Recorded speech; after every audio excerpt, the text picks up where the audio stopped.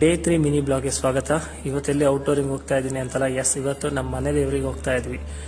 ಶನಿವಾರ ಅಲ್ಲ, ಸೊ ಹಂಗಾಗಿ ಹೋಗೋ ದಾರಿಯಲ್ಲಿ ನಮ್ಮ ಬಾಸ್ ಸಿಕ್ಕಿದ್ರು. ಅವ್ರಿಗೂ ಗುಡ್ ಮಾರ್ನಿಂಗ್ ಹೇಳಿ ನಮಸ್ತೆ ಹಾಕ್ಕೊಂಡು ದರ್ಶನ ಮುಗಿಸ್ಕೊಂಡು ಹೊರಟ್ವಿ. ಮತ್ತೆ ಇದು ನಮ್ಮ ದೇವಸ್ಥಾನದ ಎಂಟ್ರೆನ್ಸು, ಶ್ರೀ ಲಕ್ಷ್ಮೀ ನರಸಿಂಹ ಸ್ವಾಮಿ ಎಂಬ ದೇವಸ್ಥಾನ ಇದು.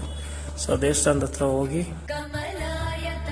ಹಿಂಗೆ ನಮ್ಮ ಡ್ಯಾಡಿ ಕಾಯಿ ತೊಗೊಂಡ್ರು. ಅದು ಚೆಕ್ ಮಾಡಿ ತೊಗೋತಾರೆ, ಅದು ಯಾವ ಥರ ಅಂತ ನನಗೂ ಈಗಲೂ ಗೊತ್ತಿಲ್ಲ. ಸೊ ಕಾಯಿ ತೊಗೊಂಡ್ವಿ. ಅಲ್ಲಿ ವರ್ಕ್ ಮಾಡ್ತಿರೋ ಅಜ್ಜನ ಏಜ್ ಗೊತ್ತಿಲ್ಲ, ಬಟ್ ಅಜ್ಜ ಈಗಲೂ ವರ್ಕ್ ಮಾಡ್ತಿದ್ದಾರೆ.